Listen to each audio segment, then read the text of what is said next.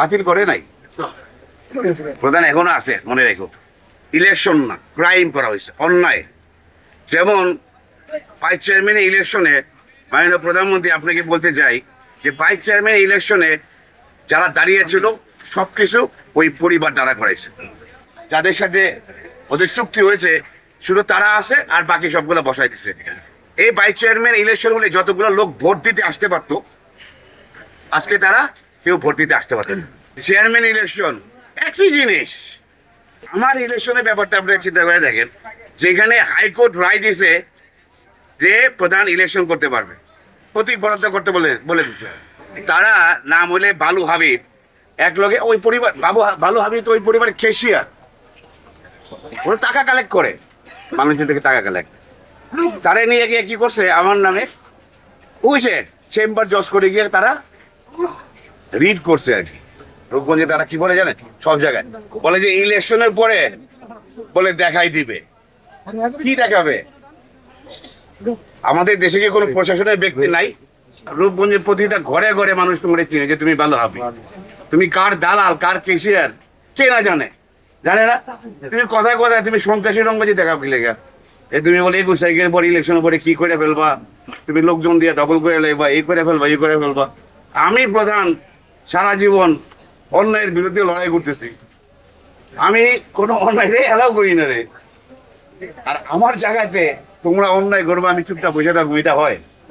হ্যাঁ, তোমরা এখানে এক একটা দোকানে কারো থেকে নিচে একবার, কারো থেকে দুইবার, কারো থেকে তিনবার, অভাব নাই রে। আমার জায়গাতে যদি তারা করে থাকে এই ধরনের কাজ, তাহলে অন্য জায়গাতে কি করতে বলো? হুমকি ধুমকি দিবেন না। রূপগঞ্জের ইলেকশন তো ধ্বংস করে দিছে, শেষ করে দিছে। ইলেকশন বলতে কিছু আছে? কেউ দেখে? রূপগঞ্জে যারা হাঁটাহাঁটি করেন আপনারা কি ফিল করেন? কিচ্ছু নাই, খালি কয়েকটা পোস্টার লাগায় রাখছে, আর কিছু না। তাদের সন্ত্রাসীর একটা ছোট্ট একটা বিবরণ আপনাদের তুলে ধরবো। আপনারা যেখানে ভিডিও নিচ্ছেন এই জায়গাতে এটা একটা আড়ত। আমি তখন জেলে ছিলাম, আমি ওদের সাথে কোনো চুক্তি করি নাই। ওরা এই আড়তটাকে বালু ভরাট করে, কিছু ঘর তোলে। প্রতিটা দোকান থেকে কাগজপত্রে লেখা আছে আপনার 1.5 লাখ টাকা, কারো থেকে 4 লাখ, কারো থেকে 5 লাখ। একই দোকান কয়েকবার বেচা কিনা তারা করে। এখানে যারা আছে তারা নানান ডিস্ট্রিক্টের লোক, তারা রূপগঞ্জের লোক খুব কম। তারা সব সময় আতঙ্কে ভয়ে থাকে যে কখন তারা কি করে, আর কিছু হলেই লোকজন পাঠায় দিয়ে মানুষকে মারধর করে আর কি। এটা আমার জায়গা, তাহলে আপনারা বুঝে নেন আমার জায়গাতেই তারা এই ধরনের দুর্নীতি করতে পারে আর কি। এবার আসি আমার ইলেকশনের ব্যাপার নিয়ে আর কি, ও রূপগঞ্জের ইলেকশনের ব্যাপার নিয়ে আর কি। আমার উপজেলা ইলেকশন করার কোনো ইচ্ছা ছিল না। আমি 2-3 মাস রূপগঞ্জের প্রতিটা ব্যক্তিকে আমি জিজ্ঞেস করি আপনারা ইলেকশন করেন, কেউ ইলেকশনে দাঁড়াবে না, ভয় পায়। একটা পরিবারকে তারা ভয় পায়।